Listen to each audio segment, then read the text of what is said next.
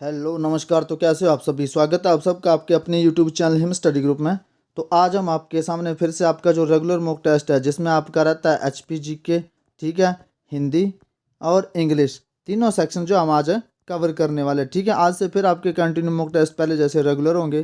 ठीक है, तो आपको पता है कि आप जिस भी एग्ज़ाम की तैयारी कर रहे हैं, चाहे एचपी पटवारी एग्ज़ाम की कर रहे हैं या आपके फॉरेस्ट गार्ड की एग्ज़ाम की तैयारी कर रहे हैं या पुलिस एग्ज़ाम की तैयारी, जिसमें भी आपका एचपी जीके इंग्लिश और हिंदी पूछा जाता है, उन सब के लिए मॉक टेस्ट मोस्ट इंपॉर्टेंट रहने वाले हैं। ठीक है, बाकी जो कैंडिडेट ये मैसेज कर रहे हैं कि आपका जो एचपी पुलिस का एग्ज़ाम कब तक आएगा, ठीक है, और एचपी पटवारी का, तो भाई सबसे पहले तो ये बात ये है कि जैसी सरकार की स्थिति बनी हुई है, मुश्किल है ये कि अब ये मार्च महीने में नोटिफिकेशन निकले। ठीक है, लेकिन जैसे ही आपकी ये आचार संहिता लगेगी, इलेक्शन होंगे, इलेक्शन के बाद आपका ये काम की प्रोसेस जो वो स्टार्ट हो सकती है। ठीक है, लेकिन फिर भी आपने अपनी तैयारी कंटिन्यू रखनी है। ठीक है, पढ़ना आपने छोड़ना नहीं है, क्योंकि वैकेंसियाँ तो आएंगी आएंगी, अभी नहीं आएंगी आगे आएंगी, लेकिन तो ऐसा तो है नहीं कि वैकेंसियाँ फिलअप नहीं होगी।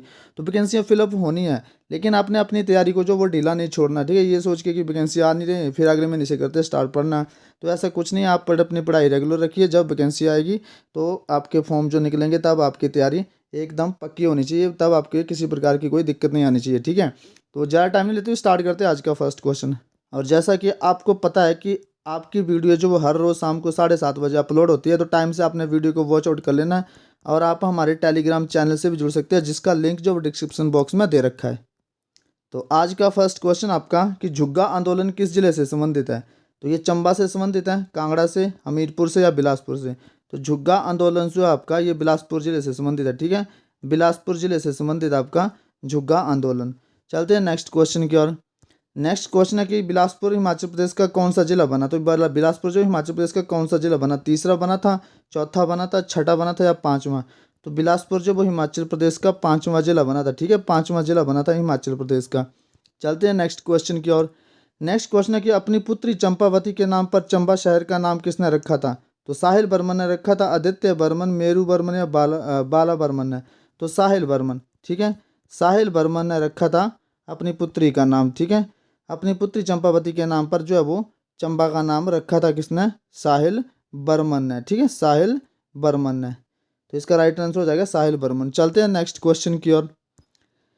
नेक्स्ट क्वेश्चन आपका कि चंबा के राजा राज सिंह और कांगड़ा के राजा संसार चंद ने 1788 ईस्वी में कहाँ पर संधि पर हस्ताक्षर किए थे? किस जगह पर जो उन्होंने संधि की थी? ठीक है, तो ये कांगड़ा में करी थी, नदौन में करी थी, चंबा में करी थी और शाहपुर में। तो इनके बीच जो संधि हुई थी वो हुई थी आपके शाहपुर में। ठीक है, शाहपुर में संधि पर इन्होंने हस्ताक्षर करे थे, शाहपुर। तो इसका राइट आंसर हो जाएगा शाहपुर। चलते हैं नेक्स्ट क्वेश्चन की ओर। नेक्स्ट क्वेश्चन है कि गुलेर रियासत का अंतिम राजा कौन था? तो भूप सिंह था, रघुनाथ सिंह था, ठीक है, या संसार चंद था या रूपचंद? तो ये थे आपके भूप सिंह। ठीक है, भूप सिंह। भूप सिंह जो थे आपके गुलेर रियासत के अंतिम राजा थे। चलते हैं नेक्स्ट क्वेश्चन की ओर। नेक्स्ट क्वेश्चन आपका नूरपुर की राजधानी पठानकोट से धमेरी किसने स्थानांतरित की? तो ये भक्तमल ने की थी, पृथ्वीपाल ने की थी या बासदेव? ये बासदेव है। ठीक है, या बासदेव ने करी थी या फिर तेजपाल ने करी थी? तो जो आपके नूरपुर की राजधानी पठानकोट से धमेरी जो वो आपके बासदेव ने स्थानांतरित करी थी। ठीक है, बासदेव ने। तो इसका राइट आंसर हो जाएगा बासदेव। चलते हैं नेक्स्ट क्वेश्चन की ओर। नेक्स्ट क्वेश्चन है कि उन्ना जिले की पहाड़ियों को किस नाम से जाना जाता है? तो उन्ना जिले की पहाड़ियों को धौलाधार के नाम से जाना जाता है, शिवालिक हिमालय, जास्कर या पीर पंजाल? तो उन्ना जिले की पहाड़ियों को जो आपका शिवालिक हिमालय, ठीक है, शिवालिक हिमालय के नाम से जाना जाता है, शिवालिक हिमालय के नाम से जाना जाता है उन्ना जिले की पहाड़ियों को। चलते हैं नेक्स्ट क्वेश्चन की ओर। नेक्स्ट क्वेश्चन आपका इंद्रासन पर्वत चोटी हिमाचल प्रदेश के किस जिले में स्थित है? तो ये चंबा में है, कुल्लू में, कांगड़ा में या मंडी में? तो इंद्रासन पर्वत चोटी जो हिमाचल प्रदेश के कुल्लू डिस्ट्रिक्ट में ये स्थित है, कुल्लू डिस्ट्रिक्ट में। चलते हैं नेक्स्ट क्वेश्चन की ओर। नेक्स्ट क्वेश्चन है कि नरसिंह टिब्बा, नरसिंह, ठीक है, ये जो नरसिंह टिब्बा है ये हिमाचल प्रदेश के किस जिले में स्थित है? ठीक है, नरसिंह टिब्बा जो हिमाचल प्रदेश के किस जिले में स्थित है? तो ये चंबा में है, कांगड़ा में है, हमीरपुर में या बिलासपुर में है? तो नरसिंह जो टिब्बा हिमाचल प्रदेश के चंबा डिस्ट्रिक्ट में स्थित है, ये नरसिंह टिब्बा। चलते हैं नेक्स्ट क्वेश्चन की ओर। नेक्स्ट क्वेश्चन है कि श्रीखंड पर्वत चोटी किस जिले में स्थित है? तो श्रीखंड पर्वत चोटी चंबा में स्थित है, सिरमौर में, किन्नौर में या कुल्लू में? तो श्रीखंड पर्वत चोटी जो वो हिमाचल प्रदेश के कुल्लू डिस्ट्रिक्ट में स्थित है। ठीक है, कुल्लू डिस्ट्रिक्ट में श्रीखंड पर्वत चोटी जो है ये स्थित है। तो ये थे आपके हिंदी का सेक्शन। अब सॉरी HPGK का सेक्शन, और अब आगे आपका जो है हिंदी का सेक्शन स्टार्ट होने वाला है। ठीक है, तो चलते हैं नेक्स्ट क्वेश्चन की ओर। नेक्स्ट क्वेश्चन आपका कि रेखा ने सीमा को मारा। ठीक है, तो वाक्य में कौन सा कारक है? कर्म कारक है, कर्ता कारक है, संप्रदान कारक है, या अपादान कारक है। ठीक है, तो अब जैसे ऐसा होता है कि रेखा सोती है, रेखा सोती है, अगर रेखा सोती है इसमें कोई कर्म हो रहा है या किसी पर कर्म का ट्रांसफर हो रहा है? नहीं हो रहा है। इसमें आपको कारक को पूछते हैं कि रेखा सोती है तो कौन सा कारक हो जाता है? सीधा कर्ता कारक। कौन सा कारक हो जाता है? कर्ता कारक। सिंपल सा पूछा था आपका कि रेखा सोती है, तो आप इसमें लिखते हैं कि इसमें जो कारक है वो कर्ता कारक है। ठीक है, लेकिन यहाँ पे पूछा गया कि रेखा ने सीमा को मारा। अच्छा, रेखा ने मारा, किसको मारा? सीमा को। तो कर्म का असर जो है यहाँ पे किस पे पड़ा? सीमा पे पड़ा। तो इसमें कारक कौन सा हो गया? तो इसमें जो कारक हो गया कर्म कारक आपका हो गया। ठीक है, कर्म कारक। तो इसमें रेखा ने सीमा को मारा, कारक कौन सा है? कर्म कारक। चलते हैं नेक्स्ट क्वेश्चन की ओर। नेक्स्ट क्वेश्चन है कि क कौन सी ध्वनि है? तो क जो है, तो आपको पता है कि क हो गया, ख हो गया, ग हो गया, घ हो गया, अंग हो गया। ये जो सारी ध्वनियाँ आपकी ये है कंठ्य ध्वनि है। ठीक है, कंठ्य ध्वनि, और इसका वर्ग कौन सा है? क वर्ग।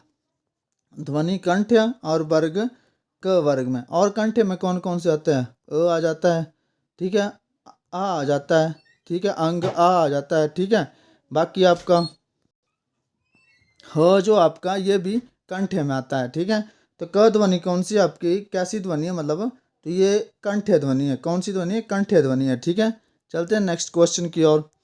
नेक्स्ट क्वेश्चन है कि भाई बहन में कौन सा समास है? तो भाई बहन तत्पुरुष समास है, द्वंद्व समास है, कर्मधारय समास है, या बहुब्रीहि समास है? तो भाई बहन, तो इसका जब शब्द विग्रह करेंगे तो क्या आ जाएगा? भाई और बहन। ठीक है, भाई और बहन। तो जहाँ पे भी और से सेंस बने या आपकी मतलब योजिक चिन्ह आ जाए, योजिक चिन्ह आपका अव्ययी भाव में समास में भी आता है, या फिर एक दूसरे के अपोजिट हो, वहाँ पे आपका होता है द्वंद्व समास। और जिस समास के दोनों पद प्रधान होते हैं, ठीक है, जिस समास के दोनों पद क्या होंगे? प्रधान होंगे, तो वहाँ भी आपका कौन सा समास हो जाता है? वहाँ पे आपका समास हो जाता है द्वंद्व समास। जहाँ पर दोनों पद प्रधान होंगे वहाँ पे आपका समास हो जाएगा द्वंद्व समास। तो भाई बहन में कौन सा समास है? भाई बहन में जो समास है आपका द्वंद्व समास, और जिसके दोनों पद प्रधान होते हैं वह द्वंद्व समास है। जिसमें कोई भी पद, जिसमें जो कोई भी पद प्रधान नहीं होगा, ठीक है, कोई भी पद प्रधान नहीं होगा, तो वो कौन सा समास हो जाएगा? वो हो जाएगा आपका बहुब्रीहि समास। ठीक है, जिसमें कोई भी पद प्रधान नहीं होगा वो होगा आपका बहुब्रीहि समास। और जिसमें कारक विभक्तियां होगी, जिसमें कारक विभक्तियां होगी वो हो जाएगा तत्पुरुष समास। कर्मधारय समास में क्या होता है? जो कर्मधारय समास है जिसमें पहला पद जो होगा क्या होगा? विशेषता बताएगा। ठीक है, विशेषता बताएगा, वो कर्मधारय समास होता है। ठीक है, जो विशेषता बताए वो कर्मधारय समास। ठीक है, और जिसका पहला पद प्रधान हो, जिसका पहला पद प्रधान हो, वो आपका कौन सा समास हो जाएगा? अव्ययी भाव समास। वो हो जाएगा अव्ययी भाव समास। ठीक है, जिसमें पहला पद प्रधान हो वो हो जाएगा आपका अव्ययी भाव समास। लेकिन यहाँ पे पूछा गया कि भाई और बहन में कौन सा समास है? तो द्वंद्व समास है, और द्वंद्व समास में दोनों पद आपके प्रधान होते हैं। फिलहाल आपने इतना याद रखना, थोड़ा थोड़ा रोज याद रखोगे तो आपकी रिवीजन भी होती रहेगी। जिनको पता है और जिनको नहीं पता है वो सीख जाएंगे। चलते हैं नेक्स्ट क्वेश्चन की ओर। नेक्स्ट क्वेश्चन है कि मृग नयनी में कौन सा समास है? अच्छा, मृग नयनी में तो शब्द विग्रह करना। सबसे पहले मृग नयनी का जब शब्द विग्रह कहेंगे तो क्या हो जाएगा? मृग के समान क्या? मृग के समान नयन। ठीक है, मृग नयनी, मृग के समान नयन। तो समास किसकी विशेषता बता रहा है ना? नयन कैसे है? मृग के मृग नयनी है वो। ठीक है, मृग नयनी, तो इसका आपका समास हो जाएगा कौन सा? कर्मधारय समास हो जाएगा। मृग नयनी में कौन सा समास हो जाएगा आपका? यहाँ पे मेंशन नहीं कर रखा। मृग नयनी, मृग के समान क्या बोलते हैं इसको? नयन, तो ये आपका कर्मधारय समास हो जाएगा। ठीक है, कर्मधारय समास। मृग नयनी, मृग के समान नयन, तो इसमें समास हो जाएगा नयन कैसे? मृग के समान। तो ऐसे समास कैसा आपका? कर्मधारय समास इसमें हो जाएगा। चलते हैं नेक्स्ट क्वेश्चन की ओर। नेक्स्ट क्वेश्चन है कि ओ वर्ण का उच्चारण स्थान क्या है? तो आपको बता दें यहाँ पे कि ओ और औ ये जो होते हैं आपके कंठोष्ठ्य ध्वनियाँ होती हैं। कौन सी? कंठोष्ठ्य ध्वनियाँ। ओ और औ कंठोष्ठ ध्वनियाँ ए और ए, ये होती है आपकी कंठ तालव्य ध्वनियाँ। ठीक है, कंठ तालव्य ध्वनियाँ। और आपका व और फ, ये होती है आपकी दंतोष्ठ्य ध्वनियाँ। ठीक है, व और फ ये हो गया आपकी दंतोष्ठ्य ध्वनियाँ। तो यहाँ से आपसे पूछा क्या गया है, ओ वर्ण का उच्चारण स्थान क्या है? तो ओ वर्ण का उच्चारण स्थान कंठोष्ठ्य। ओ और औ कौन कैसी ध्वनि होती है आपकी? कंठोष्ठ्य, कंठ से निकलती है कंठोष्ठ्य। कंठ अलग है, कंठोष्ठ्य अलग है। कंठ में आपका क ख ग घ अंग, ठीक है, और ह और अंग आ, लेकिन इसमें कंठोष्ठ्य में ओ और औ आता है। तालव्य अलग है और कंठ तालव्य अलग है। दंत अलग है और दंतोष्ठ्य अलग है। चलते हैं नेक्स्ट क्वेश्चन की ओर। नेक्स्ट क्वेश्चन है, वाच्य कितने प्रकार के होते हैं? तो वाच्य जो आपके 3 प्रकार के होते हैं। कितने प्रकार के? 3 प्रकार के। पहला होता है आपका कृतवाच्य, ठीक है, दूसरा हो जाएगा आपका कर्मवाच्य, और तीसरा हो जाएगा आपका भाववाच्य। ठीक है, तीसरा हो जाएगा आपका भाववाच्य। जहाँ पर कर्ता की प्रधानता हो, जहाँ पर कर्ता की प्रधानता हो वहाँ पर कृतवाच्य, जहाँ पर कर्म की प्रधानता हो वहाँ पर कर्मवाच्य, और जहाँ पर नेगेटिविटी हो, ठीक है, जैसे राम से दौड़ा नहीं जाता, राम से सोया नहीं जाता, राम से चला नहीं जाता, तो वहाँ पे आपका भाववाच्य हो जाएगा। लेकिन अभी पूछा गया कि वाच्य कितने प्रकार के होते हैं? वाच्य होते हैं आपके 3 प्रकार के। चलते हैं नेक्स्ट क्वेश्चन की ओर। नेक्स्ट क्वेश्चन है कि ये टी नहीं है, ठीक है। ट वर्ण किस वर्ग में आता है? कौन से वर्ग में आता है? क वर्ग में, च वर्ग में, त वर्ग में, ट वर्ग में। तो आपको पता है कि ट हो गया, ठ हो गया, ड हो गया, ढ हो गया, अण हो गया, ये सारे किस में आते हैं? ट वर्ग में आते हैं। ट वर्ग में। और ध्वनि कौन सी है? मूर्धन्य ध्वनि हो जाएगी। वर्ग ट ध्वनि मूर्धन्य, ठीक है। और बाकी मूर्धन्य में क्या क्या आएगी? री आ जाएगा और षटकोण वाला, ये दोनों इंपॉर्टेंट है, याद रखने हैं आपने, ठीक है। तो मूर्धन्य ध्वनि आ जाएगी और ये आपका वर्ग ट वर्ग आ जाएगा, ठीक है। चलते हैं नेक्स्ट क्वेश्चन की ओर। इंग्लिश का सेशन अब आपका स्टार्ट है। तो इंग्लिश का फर्स्ट क्वेश्चन है कि I have been working on the problem. Tense बताना, ये टेंस कौन सा? I have been working on the problem, tense कौन सा? प्रेजेंट कंटिन्यूस है, प्रेजेंट परफेक्ट कंटिन्यूस है, पास्ट कंटिन्यूस या फ्यूचर कंटिन्यूस? तो आपको पता है कि आई हैव बीन कहाँ पे आता है? प्रेजेंट परफेक्ट कंटिन्यूस में आ जाता है। चलते हैं नेक्स्ट क्वेश्चन की ओर। Next question, the situation is dash control. तो in control, under control, about control या ऑफ कंट्रोल? तो सिचुएशन इज अंडर कंट्रोल, ठीक है, सिचुएशन इज अंडर कंट्रोल आ जाएगा यहाँ पे। चलते हैं नेक्स्ट क्वेश्चन की ओर। नेक्स्ट क्वेश्चन है कि the tiger was killed. Tiger was killed dash, क्या आ जाएगा? विद आ जाएगा, बाय आ जाएगा, एट आ जाएगा, ऑफ आ जाएगा। तो tiger was killed by Hunter, ठीक है। लेकिन ऐसा होता, the tiger was killed dash stick, ठीक है। तो क्या आ जाता? विद आ जाता, क्योंकि किसी उपकरण का यूज़ हुआ है। जब किसी उपकरण का यूज़ होता है तो आप विद का यूज़ करते हैं, ठीक है। और जब किसी के द्वारा मारा जाता है तो बाय का यूज़ करते हैं। The tiger was killed by the Hunter, शिकारी के द्वारा मारा गया तो बाय यूज़ होगा। चलते हैं नेक्स्ट क्वेश्चन की ओर। नेक्स्ट क्वेश्चन है दे रिमाइंड मी। तो आपने हमेशा याद रखना है सबसे पहले, they remind me dash the meeting. They remind me from meeting, they remind me on the meeting, they remind me about the meeting या they remind me of the meeting. तो आपने सबसे पहले एक बात ध्यान रखनी कि जहाँ भी आपका रिमाइंड आ जाए, रिमाइंड के साथ ऑफ यूज़ होगा, ठीक है। जैसे her face always remind me of my mistake, कि उसका चेहरा जो वो हमेशा मुझे मेरी गलती का एहसास दिलाता है, ठीक है। Her face always remind me of my mother face, या her face always remind me my remind of my mother. तो रिमाइंड मतलब कि उसका चेहरा जो वो मुझे हमेशा अपनी माता की याद दिलाता है। तो रिमाइंड के साथ अपने क्या यूज़ करना है? ऑफ का यूज़। तो they remind me of the meetings, तो यहाँ पे क्या आ जाएगा? ऑफ आ जाएगा। चलते हैं नेक्स्ट क्वेश्चन की ओर। नेक्स्ट क्वेश्चन है कि यहाँ पे आपने एरर फाइंड आउट करना है, ठीक है। My mother is going to temple daily, my mother is going to temple daily. तो इसमें आपने एरर फाइंड आउट करना है कि एरर क्या होगा इसमें।